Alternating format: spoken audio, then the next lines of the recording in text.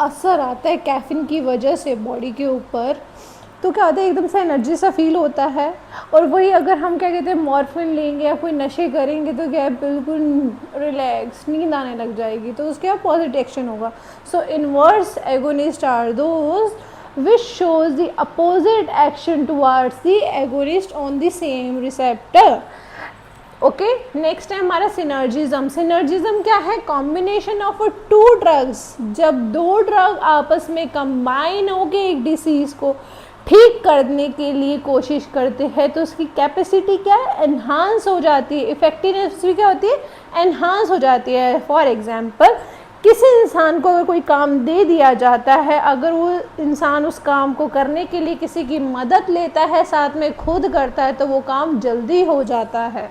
So that is a synergism.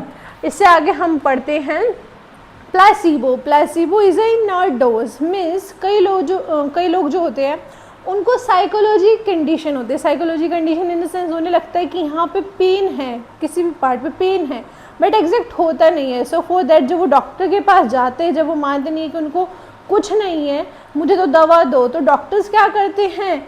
उनको क्या है? इनर्ट डोजेस, सुक्रोज या लैक्टोज की फॉर्म दे देते हैं, कुछ ऐसे जिनका बॉडी के ऊपर कुछ खासा इफेक्ट नहीं होता, बट उससे क्या है? नींद या फिर इंसान की जो बॉडी है एनर्जी महसूस करती है। और फिर क्या है? कुछ एडवर्स इफेक्ट नहीं आता, उनकी साइकोलॉजी वर्क करके वो उनकी पर्टिकुलर जो भी उनको भ्रम होता है कि इस जगह पेन है या उस जगह पेन है, वो उनकी साइकोलॉजी के अकॉर्डिंग ठीक हो जाता है कि वो दवा से ही ठीक होगा, तो वो प्लेसिबो कहलाया जाता है। ठीक है, अब इससे आगे हम पढ़ते हैं posology. Posology is a study of which deal with study of dosage, कि कितनी मात्रा में हमारे को ड्रग लेनी है, that is a posology.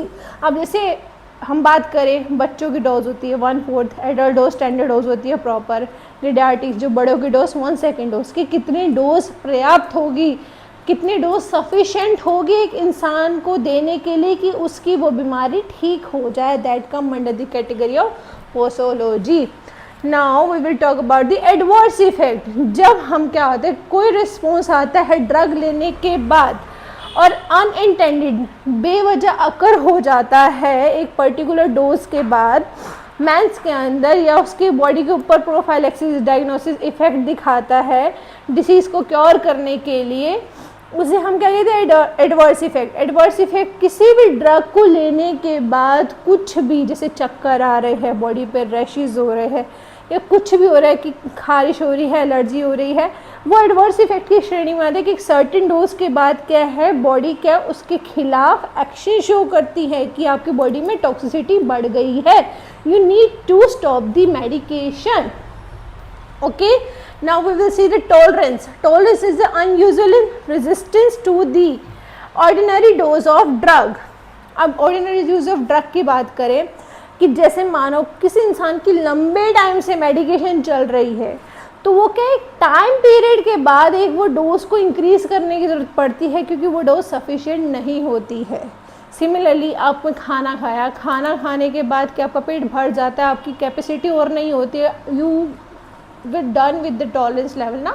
so similarly with the drug, कि वो सेम ड्रग एक टाइम लिमिट तक काम करेगी, उसके बाद उसको इंक्रीज होना पड़ेगा। अगर मैं नशेड़ियों की बात करूँ, वो अल्कोहल लेते हैं, एक टाइम तक एक अल्कोहल का पैक डेली एक काम करेगा, उसके बाद उसको 2 पैक लेने पड़ेंगे ताकि उसको क्या है वो बिल्कुल सेम इफेक्ट महसूस हो सके, क्योंकि उसका वो क्या है टॉलरेंस ख़त्म हो जाता है। अब बात करेंगे टेट्रोलॉजी की। Teratology is a study of a harmful effect of a drug on a foetus. जो मदर जो ड्रग्स लेती है उसके फीटस के ऊपर हार्मफुल इफेक्ट आते हैं, उसकी स्टडी को हम टेट्रोलॉजी कहते हैं। Thank you and subscribe my channel. If you are new here don't forget and just share the button. आप करें। मेरा नाम ताना शर्मा था, मैंने आपको फार्माकोलॉजी पार्ट 1 पढ़ाया। आप ऐसी नई वीडियो और देखना चाहते हैं so please subscribe. Thank you.